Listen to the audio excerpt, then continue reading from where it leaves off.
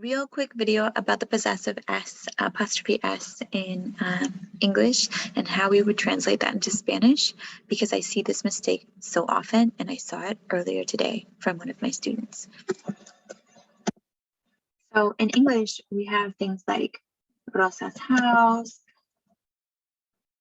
and I see a lot of students say something like this, Rosa's casa, okay?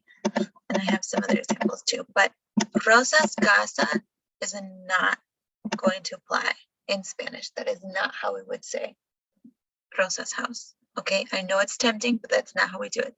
There is no apostrophe S to indicate possessive in Spanish. So then what do? So Rosa's house becomes la blank de Rosa. The, and then the blank would go house in Spanish. De is of. Right? And we've learned this when we learned about our dates, our fecha, like Cinco de Mayo, which we should all be familiar with, the 5th of May, Cinco de Mayo. De means of.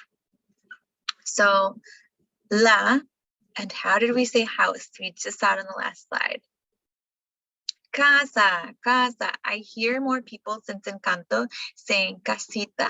When we add ito or ita, remember that makes it little, or it's a term of endearment. So when you add ito, ita, it could mean little house, even if it's not little. It's just a term of endearment. So that's what they say in Encanto, casita. But yes, casa. So it therefore would then become la casa de Rosa.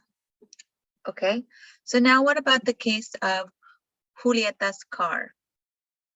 So to start off, we'd have to pick between el or la for the noun car. So el or la, both meaning the. El if it's masculine, la if it's feminine. So what about car? Is it masculine or feminine? Masculine, okay. And there are two different ways to say it. Either of them would work. So if you picked either one, it's fine. El coche or el carro de Julieta. Okay. So if you're saying, oh, no, I'm going in Julieta's car. Me voy en el coche de Julieta, or en el carro de Julieta. Okay. What about Carlos's dog? So here's something you might not have known in English. If a name ends in S, a first or last name, and you're saying that person's something, in other words, they own it, they have it. You can do it in two ways. You can do apostrophe S with another apostrophe S, Carlos's dog, or you can say Carlos's dog just like this with just the one apostrophe, but it's only if the name ends in S. Okay. That being said, that's in English. What would it be in Spanish? Well, again, we'd have to pick between el or la, and we're going to suppose that the dog is a male dog. So what would go in the blank? In the first blank? We know dog. Okay, and then it goes in the second blank. Cool. So we have then el perro de Carlos. So you'd fill it in P-E-R-R-O. El perro de Carlos. So we would get this. And remember to have the double R, perro.